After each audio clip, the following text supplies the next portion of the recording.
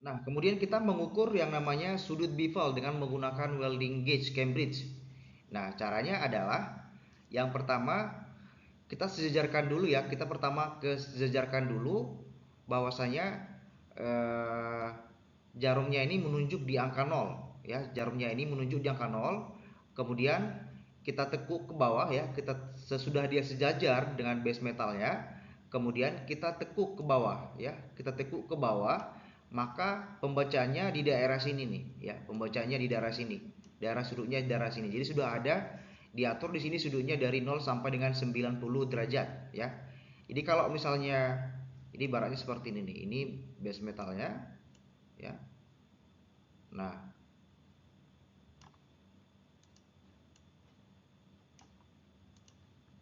jadi seperti ini.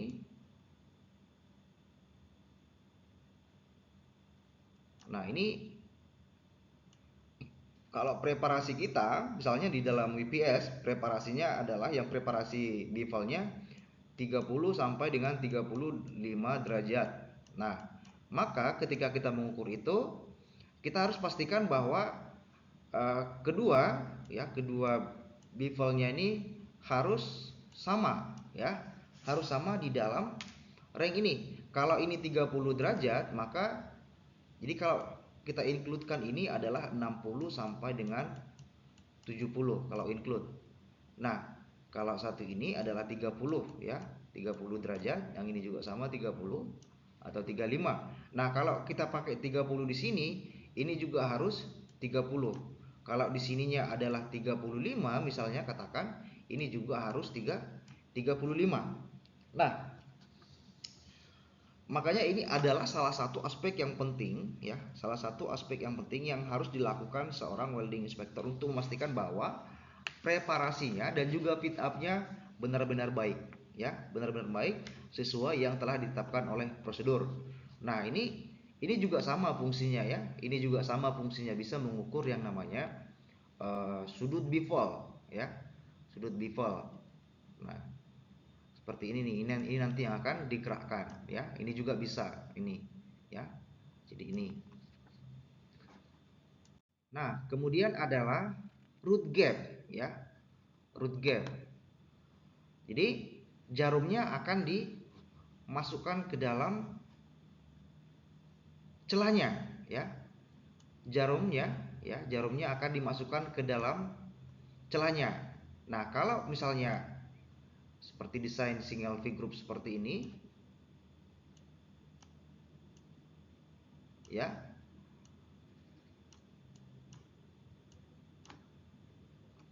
Jadi jarumnya akan dimasukkan ke dalam sini nih. Jadi jarumnya akan dimasukkan ke dalam sini ya. Kurang lebih seperti ini ya, kurang lebih seperti ini. Jadi akan ada indikasinya gapnya yang benar. Kalau gapnya ini di dalam prosedur atau misalnya dalam IPS-nya ini harus berada di angka 2 sampai dengan 4 ya. Ini harus berada dalam range 2 sampai dengan 4 mili ya, satuan mili. Dengan satuan mili. Nah, di sini setelah kita masukkan ya, setelah kita masukkan, kita harus sesuaikan ya. Kita harus sesuaikan dengan angka-angka ini. Kalau dia 2 mili, maka dia harus jarumnya menunjuk di sini. Kalau dia 3 mili, jarumnya harus menunjuk di angka sini. Ya. Jadi alat ini digunakan ya, alat ini digunakan untuk uh, apa namanya? Mengukur celah atau root gapnya.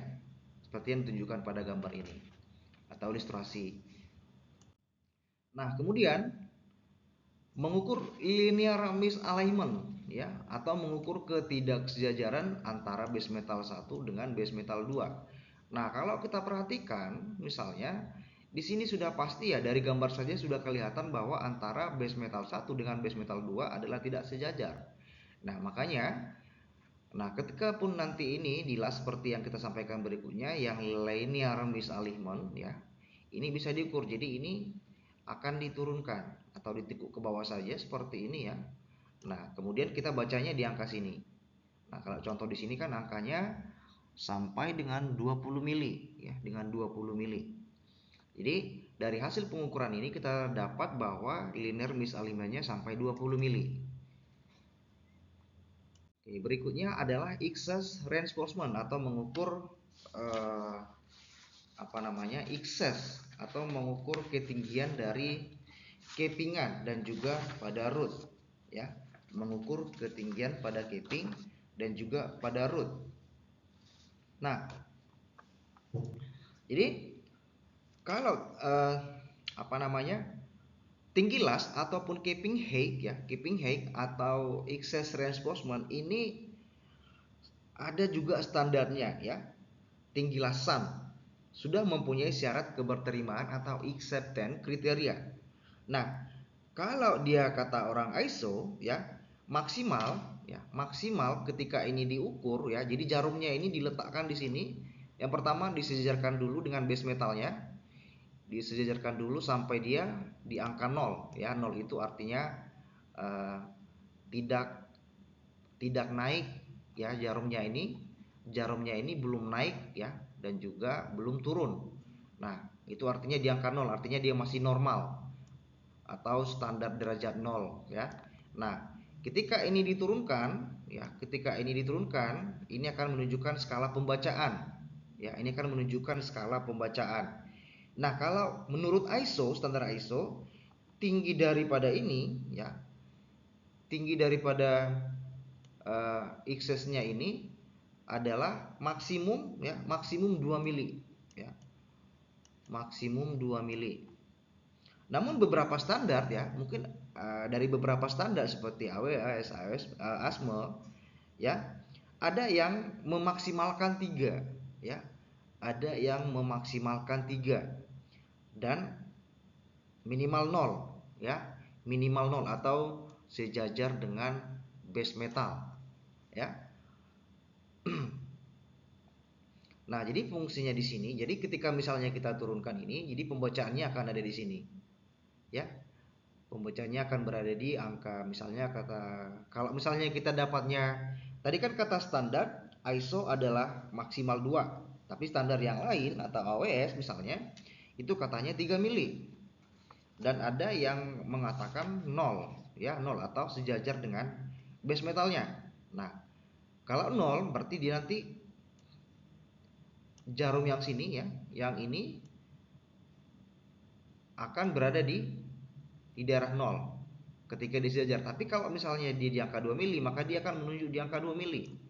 Nah, kalaupun misalnya ke hasil pengukuran kita dapat 4, otomatis itu adalah reject karena beberapa standar ini katakan ada yang 2, ada yang 3, maksimal 3.